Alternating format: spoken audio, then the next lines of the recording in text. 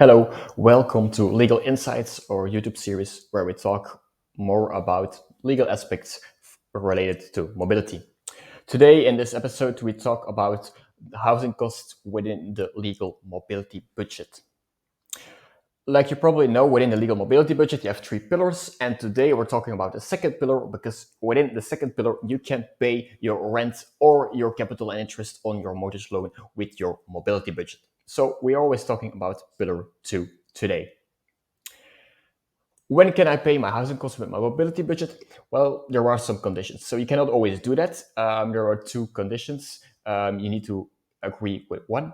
So if you live within 10 kilometers of your most common workplace, or if you work 50% or more of the time from home.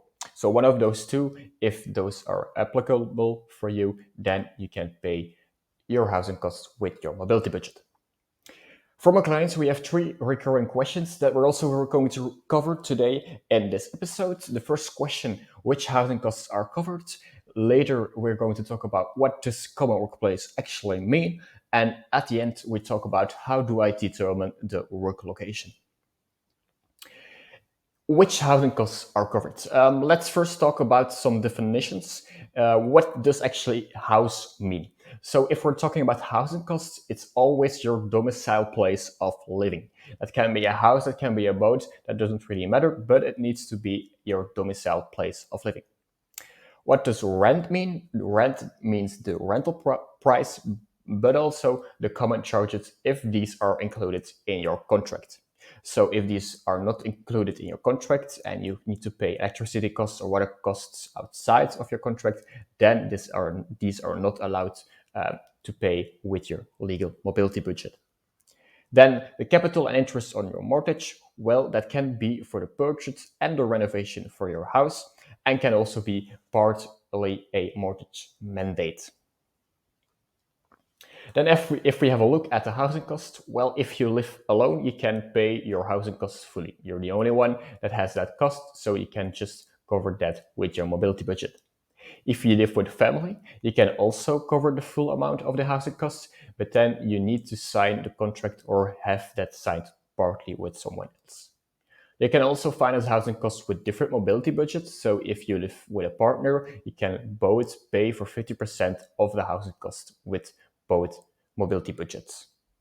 And then at the end, if you co-house, you can only pay for your own part of the housing costs. Let's have a look at some examples to make it more clear. Can an employee pay for a second residence? Well, this is not possible because this is not a domiciled place of living. The second one, partner one finances the full rent via mobility budget one, and partner two does the same via mobility budget two. Also, this is not possible because you're paying actually your rent twice, and that's illegal. You can only pay your rent once with one or multiple mobility budgets. Can an employee use her mobility budget for capital reimbursement on mortgage loans for a renovation? Yes, this is possible. That can also be for a renovation.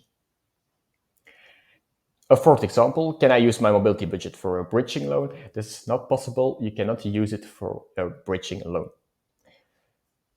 Can I use my mobility budget to finance moving costs like a lift or a moving company? Also, this is not possible. The mobility budget cannot be used for moving costs.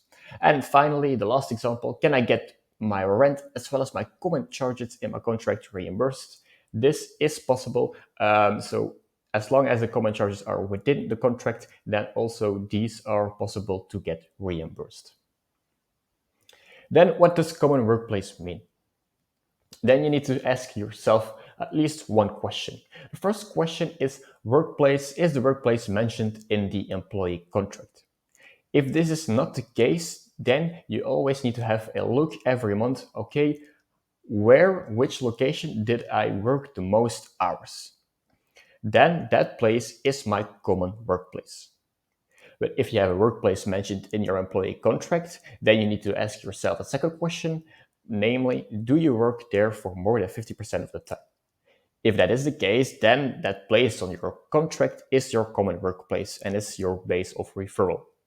If this is not the case, also here, then you need to have a look, okay, in this month, where did I work the most hours, and then this is my common workplace.